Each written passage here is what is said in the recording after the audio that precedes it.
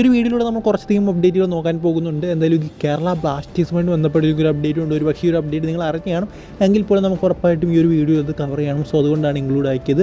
എന്തായാലും അതിലേക്കൊക്കെ പോകുന്നതിന് മുമ്പ്, അതായത് വീഡിയോയിലേക്ക് പോകുന്നതിന് മുമ്പ് നിങ്ങളുടെ ലൈക്ക് എന്ന് പറയുന്നത് വളരെയധികം ഇമ്പോർട്ടൻ്റ് ആണ്. എപ്പോഴും പറയുന്നില്ല, പിന്നെയും പറയുന്നത് നിങ്ങളെല്ലാം ലൈക്ക് ചെയ്യാൻ മറക്കും. അതുകൊണ്ടാണ് ഉറപ്പായിട്ട് ലൈക്ക് ചെയ്യുക, പിന്നെ സബ്സ്ക്രൈബും ചെയ്യുക.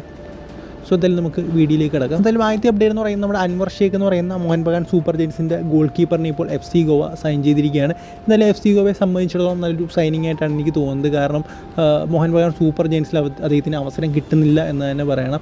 അതായത് ഇപ്പോൾ ധീരജ് സിംഗ് കൂടി വന്നു. സോ അദ്ദേഹത്തിൻ്റെ അവസരം കുറയും. അദ്ദേഹത്തെ നോക്കുകയാണെങ്കിൽ അദ്ദേഹം ഒരു നല്ല ഗോൾ കീപ്പർ തന്നെയാണ്. സോ എന്തായാലും ഒരു നല്ല സൈനിങ് എന്ന് തന്നെ പറയണം FC ഗോവയെ സംബന്ധിച്ചിടത്തോളം. അടുത്ത അപ്ഡേറ്റ് എന്ന് പറയുന്നത് ഇവാൻ നൊവേസ്ലിച്ച് എന്ന് പറയുന്ന ഒരു ക്രൊയേഷ്യൻ സെൻറ്റർ ബാക്കിനെ സൈൻ ചെയ്തിരിക്കുകയാണ് പഞ്ചാബ്. ഇതിൻ്റെ കാര്യം നോക്കുകയാണെങ്കിൽ ഫിസിക്കലി നല്ല ബിൽറ്റായിട്ടുള്ളൊരു സെൻറ്റർ ബാക്കാണ്. അതുപോലെ തന്നെ അൽ നാസറിനെതിരെ കളിച്ചിട്ടുണ്ട്. അതായത് ക്രിസ്ത്യാനോ റൊണാൾഡോയ്ക്കെതിരെ അദ്ദേഹം കളിച്ചിട്ടുണ്ട് എന്നുള്ളത് എടുത്തു പറയേണ്ട ഒരു കാര്യമാണ്. അതും ഈ ഇടയ്ക്ക് എന്ന് തന്നെ പറയണം.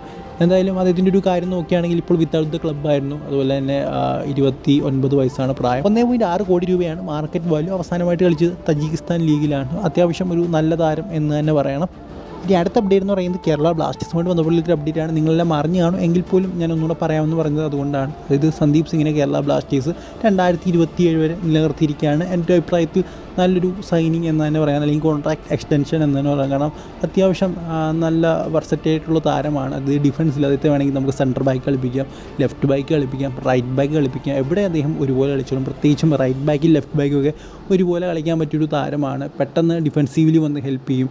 അതുപോലെ തന്നെ ഗോൾ അടിക്കാനും ചിലപ്പോൾ ഒക്കെ കഴിവുള്ള താരമാണ്. നമ്മൾ കണ്ട് വളരെ ഒരു ഇമ്പോർട്ടൻറ്റ് സിറ്റുവേഷനിൽ സന്ദീപ് സിംഗ് അടിച്ചൊരു ഗോൾ നമുക്ക് എല്ലാവർക്കും ഓർമ്മയുണ്ടാകും. സോ അങ്ങനത്തെ ഒരു അത്യാവശ്യം നല്ലൊരു പ്ലെയർ തന്നെയാണ്. എന്തായാലും 2027 വരെ നിലനിർത്തിയത് നല്ലൊരു കാര്യമായിട്ടാണ് എനിക്ക് തോന്നുന്നത്.